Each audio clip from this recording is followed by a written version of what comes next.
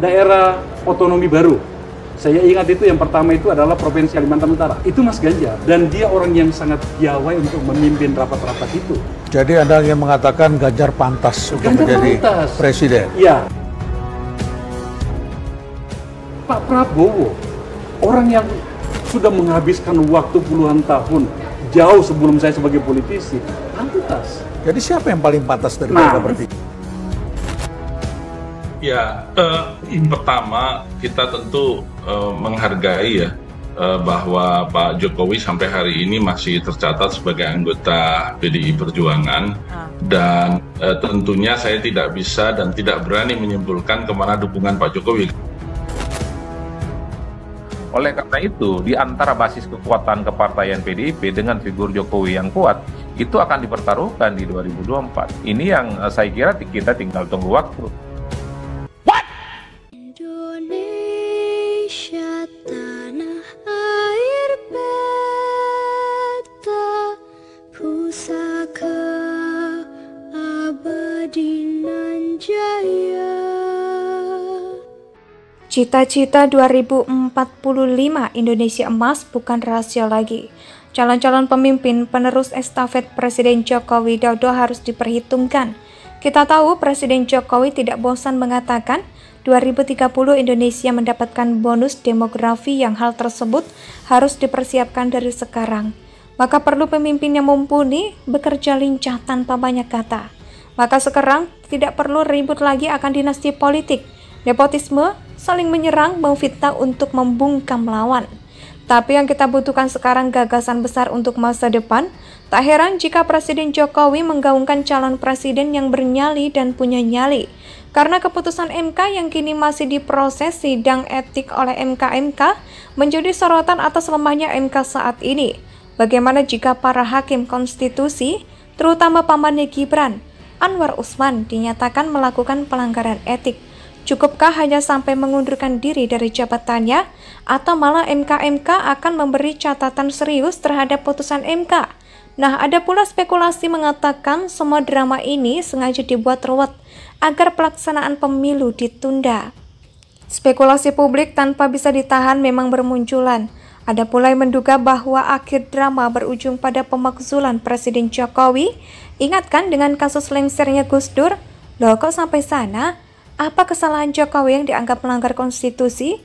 Alasannya, hukumnya tidak kuat, banyak tuduhan yang bisa dibuat, dan kadang alasan hukum bukan soal lagi.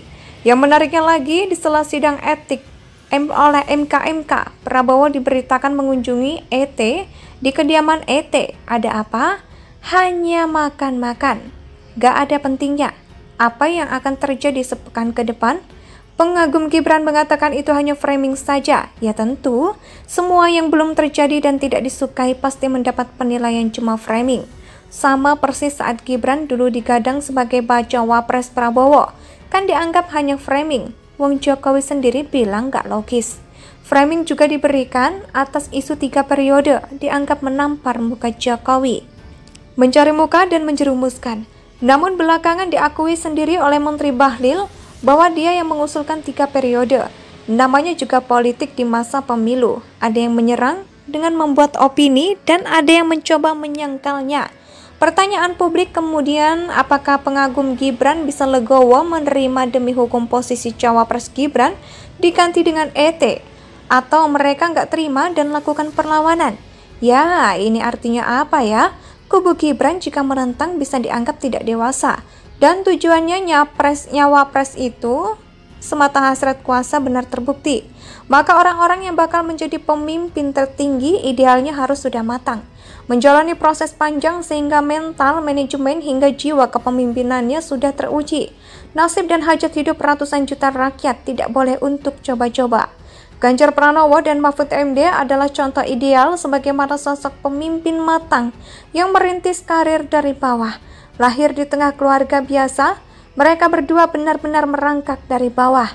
Ganjar sudah terjun politik praktis sejak mahasiswa. Tahap demi tahap dan dalam berpolitik dilaluinya bersama PDI, kemudian berubah menjadi PDIP. Tiket ke Senayan baru diperolehnya setelah 8 tahun berproses dari partai. 9 tahun duduk di parlemen, pria berambut putih ini baru mendapat rekomendasi dari partainya untuk maju di Pilgub Jawa Tengah. Cita-cita 2045 Indonesia Emas bukan rahasia lagi. Calon-calon pemimpin penerus estafet Presiden Joko Widodo harus diperhitungkan. Kita tahu Presiden Jokowi tidak bosan mengatakan 2030 Indonesia mendapatkan bonus demografi yang hal tersebut harus dipersiapkan dari sekarang. Maka perlu pemimpin yang mumpuni, bekerja lincah tanpa banyak kata. Maka sekarang tidak perlu ribut lagi akan dinasti politik, nepotisme, saling menyerang, memfitnah untuk membungkam lawan. Tapi yang kita butuhkan sekarang gagasan besar untuk masa depan. Tak heran jika Presiden Jokowi menggaungkan calon presiden yang bernyali dan punya nyali. Karena keputusan MK yang kini masih diproses sidang etik oleh MK menjadi sorotan atas lemahnya MK saat ini. Bagaimana jika para hakim konstitusi, terutama pamannya Gibran, Anwar Usman, dinyatakan melakukan pelanggaran etik? Cukupkah hanya sampai mengundurkan diri dari jabatannya, atau malah MK akan memberi catatan serius terhadap putusan MK? Nah, ada pula spekulasi mengatakan semua drama ini sengaja dibuat ruwet agar pelaksanaan pemilu ditunda. Spekulasi publik tanpa bisa ditahan memang bermunculan. Ada pula yang menduga bahwa akhir drama berujung pada pemakzulan Presiden Jokowi. Ingatkan dengan kasus lengsernya Gus Dur? Loh, kok sampai sana? Apa kesalahan Jokowi yang dianggap melanggar konstitusi? Alasannya, hukumnya tidak kuat, banyak tuduhan yang bisa dibuat, dan kadang alasan hukum bukan soal lagi. Yang menariknya lagi, di sela sidang etik oleh MK, Prabowo diberitakan mengunjungi ET di kediaman ET. Ada apa? Hanya makan-makan. Gak ada pentingnya. Apa yang akan terjadi sepekan ke depan? Pengagum Gibran mengatakan itu hanya framing saja. Ya tentu, semua yang belum terjadi dan tidak disukai pasti mendapat penilaian cuma framing. Sama persis saat Gibran dulu digadang sebagai bacawa pres Prabowo. Kan dianggap hanya framing. Wong Jokowi sendiri bilang gak logis. Framing juga diberikan atas isu 3 periode, dianggap menampar muka Jokowi. Mencari muka dan menjerumuskan. Namun belakangan diakui sendiri oleh Menteri Bahlil bahwa dia yang mengusulkan 3 periode. Namanya juga politik di masa pemilu. Ada yang menyerang dengan membuat opini dan ada yang mencoba menyangkalnya. Pertanyaan publik kemudian, apakah pengagum Gibran bisa legowo menerima demi hukum posisi cawapres Gibran diganti dengan ET? Atau mereka nggak terima dan lakukan perlawanan? Ya, ini artinya apa ya? Indonesia sejak dulu kala tetap dipuja-puja bangsa.